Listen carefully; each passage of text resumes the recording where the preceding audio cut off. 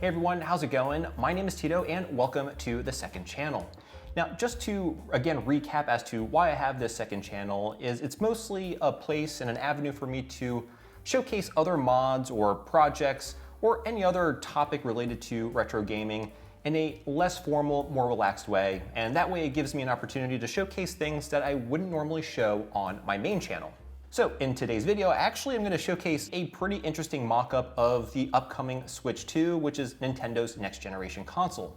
Now, about a couple months ago, I got an email from this company called iVolver, and they sent me this model of a Switch 2. And I'm just going to kind of give you my thoughts on it and sort of compare it to the current gen Switch consoles. So iVolver, they're not sponsoring the video or anything. They really just wanted me to showcase their cases, which I'm assuming will launch when the console launches. A pretty standard, run-of-the-mill Switch case. Switch 2 fits nicely in.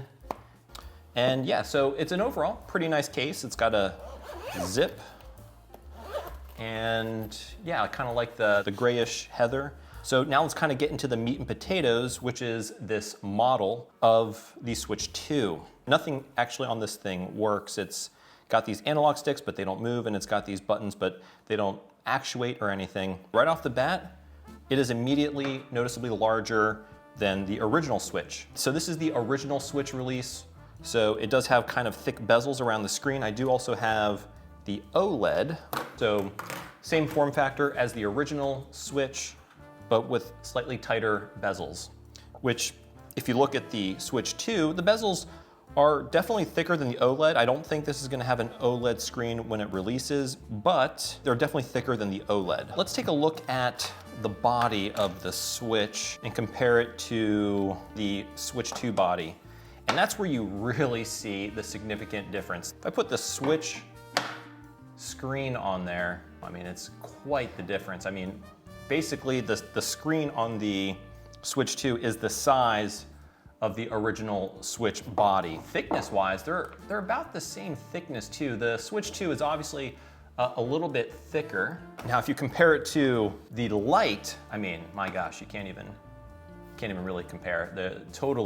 Really the body of the Lite fits within just the screen portion of the Switch 2. I don't know about you guys, and you can let me know in the comments, but I usually play the Switch in portable mode. I do have it docked, but I rarely play it on the TV. I sort of like kind of just sitting on the couch, have the TV playing, and I kind of just enjoy the Switch that way.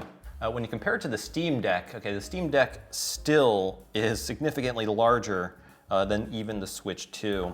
So, and it's also a little bit thicker, quite a bit thicker actually. You can kind of see that the edges of the Steam Deck screen are within the size of the Switch 2, or the Switch 2 edge of that screen is quite a bit larger. It actually looks like it extends to the glass, the outer edge of the glass of the Steam Deck. I'm assuming once the Switch 2 comes out, it will be maybe the more powerful console. Again, I'm not sure. Let me know down below in the comments. Now, overall, a pretty cool mock-up. Not only that, they also integrated the magnets. If you saw the Nintendo video, the introduction of the Switch 2, we do know that these are magnetically attached. I'm assuming the release mechanism to you click them in, and then you can take the Joy-Con out, and then they kind of click right back in place. So right now I can actually just pull the Joy-Con out. In the actual release version, I'm assuming that they'll be locked in, so you can't just pull them out, but you hit this button and the Joy-Con comes out. As opposed to like on the original Switch, sliding and clicking into place. So that'll be really interesting to see once we actually get the Switch 2 and see how that works. Now, the next thing I wanna go over are the Joy-Cons themselves. So obviously, Joy-Cons click out, they're held in magnetically, and if we compare it to an original Joy-Con, obviously that size difference carries over. That's not the only difference. We also see that this part here, the part that goes inside of the Switch body, is quite a bit thicker than the rail on the original. Here we have the home button on the original. We got the home button on the 2, and then we got another button here that has a C on it. And I'm assuming that's for capture, which I do believe So on the other side, so let's grab the other side here. So here on the other side, I think that is also a capture button. So this is clearly, I think, going to be a capture button. And guys, correct me if I'm wrong in the comments. While I do like the Switch, I'm not like a die-hard Switch fan. So here you got the two triggers, I guess the SL, RL, or ZL, ZR. I'm not exactly sure how these are going to be designated, but you got the two triggers here. You know, how you would normally play if you're going to play it kind of in this mode with one player here and another player on the second controller. One of these, and it might have been this little hole here, I think it had one of those sensors for the mouse where you can kind of put them on the side and move it around. Nintendo always sort of has these kind of gimmicks and features that are different from conventional consoles. They always try to go for something different, like, you know, motion sensing, kind of a mouse feature now. So that'll be interesting to see how they implement. And then obviously we have the two triggers here, just like in the original. So ZR and then R, and then the corresponding one here on the Switch 2 Joy-Con. Obviously with the original Nintendo Switch and even the Switch Lite, they suffered from Joy-Con drift. So that was a major flaw in the design of the original Nintendo Switch and Switch Lite. Now, I actually never had that issue. Again, I'm more of a casual Switch player, so I don't really, you know, beat on these Joy-Cons probably as much as some people who are more enthusiastic about the Switch. But I'm hoping that they change the Switch joystick to one that's a little more robust, maybe one of those Hall effect joysticks. Let's take a look at the kind of the other features that are on this. So if we look here, on an original Switch, we're just kind of doing it from the top view. Starting on the left side, I'm going to kind of compare the two because there are similarities, obviously. So here we have the power switch, the power and sleep switch here, the volume rocker on both. So I'm not exactly sure what that's going to be, but I think on the OLED, this might be the light sensor. On the original Switch, the light sensor I think was in the actual bezel of the screen, but in the OLED, since the bezels are quite a bit thinner, I think that might be the light sensor. Correct me if I'm wrong in the comments. Obviously, we have the exhaust vent here for exhausting all the heat from the processor. And then new to the Switch 2 is a USB-C port, which is interesting because there's two on the Switch 2, and I'm not really sure, and I'm not sure if anybody really knows why there's two, but right next to that, I believe that's probably going to be the headphone jack. And then we have the cartridge slot. So this is where the games are going to be. And actually they look very similar in size. And it's no wonder because the Switch 2 is actually going to be backwards compatible with Switch 1 games. That's the top. And then if we kind of go to the bottom, we don't really see too many differences here. So obviously starting in the center, USB-C, this is what's going to be used to dock the console. We got the two guide pins to help with the docking process. And then we have these two divots here. These might be inlets for air, so for cooling the console, so the air will come in here and it'll exit out of the top. And then I think we have the two speakers for right and left right here. So on the back, not much here. You know, on the new Switch, we have the sort of kickstand, which much more robust than the original. I mean, the original kickstand was an absolute joke, the most flimsy thing ever. So they redesigned that for the OLED, and it looks like it's going to be similar, although I saw new renders and it's not a solid piece, but it's more of like a U shape, that kind of, this is fake. There's nothing on here that actually flips out. So this, but this is obviously where the kickstand's going to go. So as far as I can see, those are primary features of the Switch 2. And again, really the biggest takeaway, I think, is the size. Pretty interesting. You know, obviously the weight is probably not accurate, so I don't know how much this is going to weigh compared. I mean, honestly, these two, the model and the OLED, they kind of feel about the same weight. I really do hope they come out with a light version of the Switch 2, one that's smaller. And really, if they can make it the size of the Lite, I mean, the Lite I think is perfectly sized. Honestly, if they could have made it smaller, that would have been fantastic. But if you have any comments about the Switch 2, what kind of features are you looking for?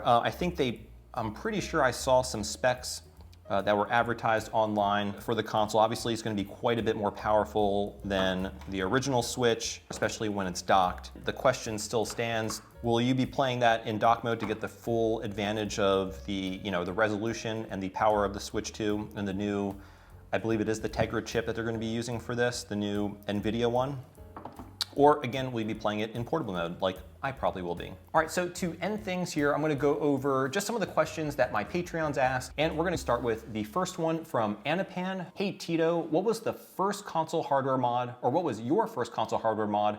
How old were you, and how did it turn out? I kind of struggled with this one because it was a while ago. I wanna say probably 2015, even though I did experiment with some recapping of some consoles before that, but my first actual mod was, I believe, either this DMG or this Game Boy Pocket. So I got a LED backlight and a bivert mod. And what the bivert mod did was it added more contrast to the screen and made sort of the tones a little bit more punchier. To do that, it was a bivert. So it switched all the dark pixels with light pixels. So you had to sort of switch the polarity on the screen. I hope that answers your question. They were successful. It was very early in my soldering journey, so these were pretty challenging mods, at least for me back then. All right, so the next question comes from Tony Escobar, and he asks, what is your background in engineering? Funny enough, I actually have zero background in engineering. I'm actually an economist by trade, but I sort of just kind of, retro console modding is just something I've always been interested in. And you really don't need an engineering degree or a background in engineering in order to do these, but it is interesting to sort of help understand how these mods work. And I will say over the years, I have picked up on some engineering concepts and sort of how these mods kind of work, although I don't have a deep understanding. So I'm always upfront about that. I'm not, the most well-versed in, whether it's mechanical or computer science or any of that stuff. I'm just really interested in the modding aspect. So to answer your question, really no background in engineering, just basically what I've learned, self-taught, what I Googled online. All right, so the next question comes from Todd, and Todd asks, what is your favorite movie on Laserdisc, and what movies are you trying to find? I don't have a huge Laserdisc collection, but probably my favorite movie that I do have on Laserdisc is either Jurassic Park or Terminator 2 or RoboCop.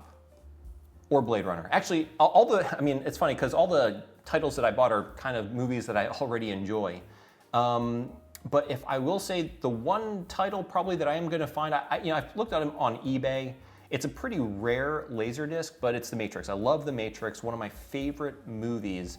And it's probably one of the last Laserdisc movies. That's probably not true, but because it was released in, I think, 1999, that's probably towards the end of the life of Laserdisc. I would love to own a copy of that. And then Todd asks two more questions. How does the Electron Shepherd HDMI on the PS2 compare to the higher end HDMI you use when connected to a scaler? And what the primary difference is between the Electron Shepherd and sort of these, I'm assuming you're referring to the Pixel Effects kits. Electron Shepherd kits do is it actually takes the analog video signal from the console and then reconverts it back into HDMI.